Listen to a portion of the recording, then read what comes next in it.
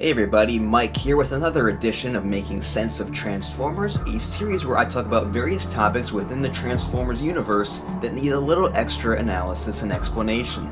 Transformers and eye color. It has certainly been a topic of discussion dating back to the first Transformers film over a decade ago, but we've never actually come to a definite conclusion.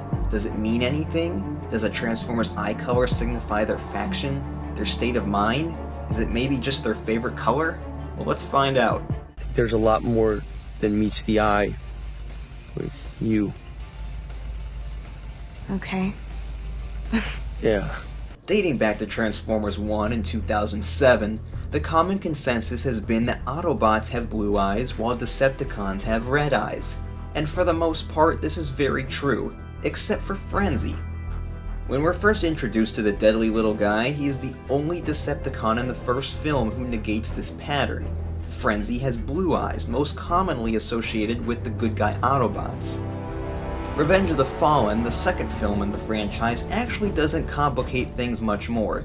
It does bring in a new green eye color for Devastator, however, that can easily be explained by saying that Combiners are technically their own faction, even though Devastator is with the Decepticons.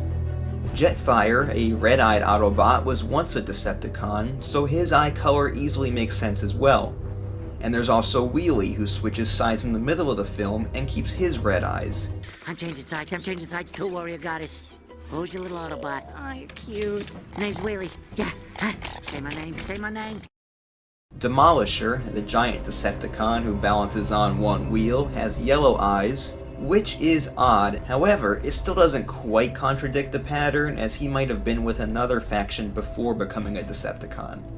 Dark of the Moon then brings in Roadbuster, a member of the Wreckers, a special Autobot sub-faction. All three of the Wreckers sport visors that resemble sunglasses, replicating the look of typical NASCAR fans.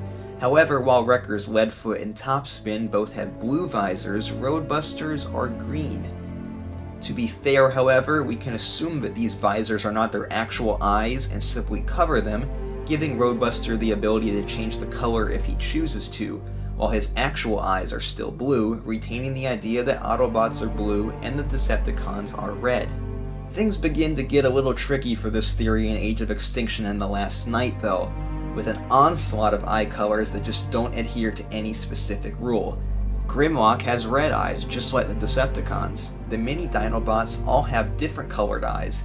Lockdown, who is a free agent not associated with either faction, has green eyes. Drift, a former Decepticon, has blue eyes like he was an Autobot all along.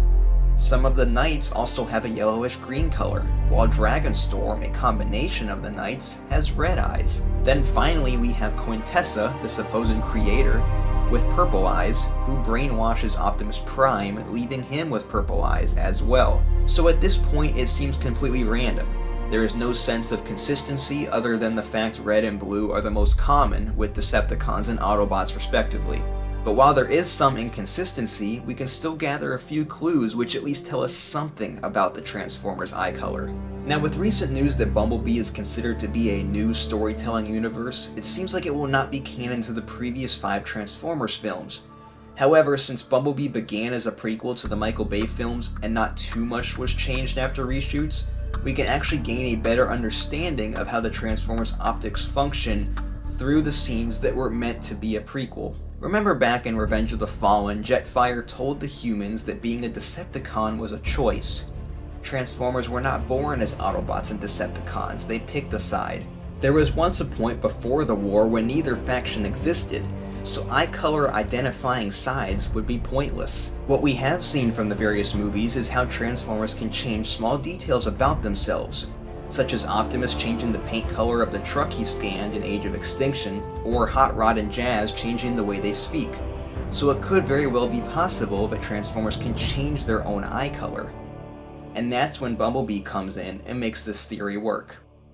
The defining moment is Bumblebee's instant kill scene. Activating instant kill. He regains his memory and his eyes turn red in a fit of rage. Once he calms down, he reverts his eyes back to blue. Deactivating instant kill. If Transformers can change their eye color, it seems like red might be used as a sign of hostility, which explains why most of the Decepticons decided to use it, as well as the Violent Warrior Grimlock. Jetfire may have kept the color as a reminder of his past, while Drift may have changed his to blue in order to put his past behind him. So ultimately it seems like Transformers' eye color has multiple meanings, and it's not as simple as Autobot and Decepticon. I hope you all enjoyed this latest edition of Making Sense of Transformers. Check out the previous episodes by heading to the Making Sense of Transformers playlist on my channel, and just like before, if you have another topic you'd like to see me tackle, leave a comment below. Also, make sure to hit that like button and subscribe for more Transformers related content. Signing out, I'm Mike. See you next time.